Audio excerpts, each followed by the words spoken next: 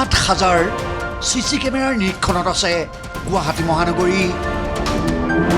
পলাই সাৰিব কেনেকৈ? ঠিক এয়াই হ'ল যোৱা বৃহস্পতিবাৰে বেলতলাৰ নিৰুপমা এনক্লভত চুৰিকাণ্ড সংঘটিত কৰা এই চোৰকেইটাৰ।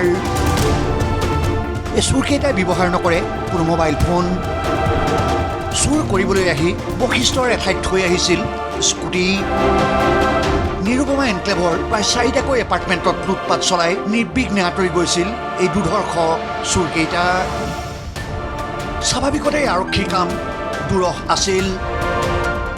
চোৰকেইটাই খোজকাঢ়ি গৈ স্কুটিত উঠা পৰ্যন্ত সকলো CCTV ফুটেজ নিৰীক্ষণ কৰিছিল আৰক্ষীয়ে। উল্লেখ্য যে চোৰকেইটাক ধৰাৰ বাবে 160টাকৈ CC কেমেৰাৰ সহায় লৈছিল বশিষ্ঠ আৰক্ষীয়ে। আৰু অৱশেষত এই 3টাকৈ চোৰ সুভাষ দাস, মাধৱ দাস আৰু কাৰ্তিক শৰ্মাক গ্ৰেপ্তাৰ কৰিবলৈ সক্ষম হয় মহানগৰ আৰক্ষী। চোৰকেইটাৰ পৰা প্ৰায় 15,56,000 টকা উদ্ধাৰ কৰিছে বশিষ্ঠ আৰক্ষীয়ে। নিৰুপমা এপাৰ্টমেণ্ট আছে চিলাৰ পিছত বেলতলাত, তাতে এটা চুৰিকাণ্ড সংঘটিত হৈছিল য'ত 3টা দুৰ্ধৰ্ষ চোৰে মানে লুটপাট চলাইছিল। আপোনালোকে CCTV ফুটেজত দেখিছে। তো সেই কেছটোৰ অধীনতে আমি 3জন মানুহ মানে ভেটান বাগলাৰক আমি এৰেষ্ট কৰোঁ, যিকেইটা ইনভল্ভ আছে গোটেইকেইজন। এটাৰ নাম সুভাষ দাস, তেওঁৰ ঘৰৰ গাৰোকুচি, এটা মাধৱ দাস, যিটো আপোনাৰ ঘৰৰ ভাঙাঘৰ, আৰু কাৰ্তিক শৰ্মা, এইটো দৰং। তেওঁলোকক আমি কৰায়ত্ব কৰোঁ। তাৰ ফলত আমি তাৰ পৰা চুৰি পইচা ৰিকভাৰ কৰোঁ 15,56,000।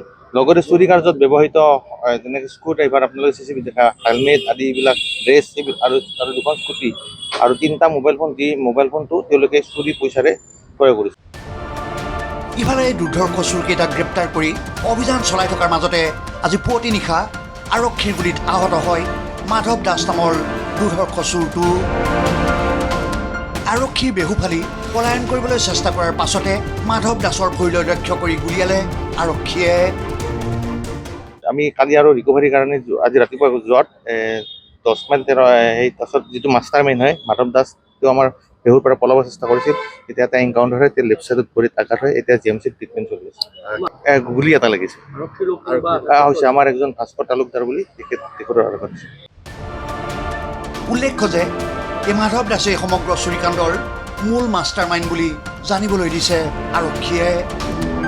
অৱশ্যে গুলীবিদ্ধ মাধৱ দাস বৰ্তমান সংকটমুক্ত বুলি জানিবলৈ দিছে GMCHৰ অধীক্ষক ডক্টৰ দেৱজিৎ চৌধুৰীয়ে। তেখেতক আমি অৰ্থপেডিক্সত এডমিশ্যন দিছোঁ আৰু অলপমান যিহেতু জাষ্ট 5:30 আহিছে, আমি গোটেইখিনি চাব লাগিব। নাৰ্ভৰ ডেমেজ হ'ব পাৰে কেতিয়াবা এনেকৈ গুটি লাগিলে, কাৰণ বহুতখিনি নাৰ্ভবিলাক যায়। বাকী তেজৰ ব্লিডিং চিডিং একো নাই এতিয়া। উল্লেখ্য যে এই চোৰকেইটাই বিভিন্ন সময়ত গুৱাহাটী মহানগৰীৰ ফ্লেট ভাড়াঘৰ আদিত সঘনাই চুৰি কাৰ্য সংঘটিত কৰি আহিছিল। Bureau report, ND24।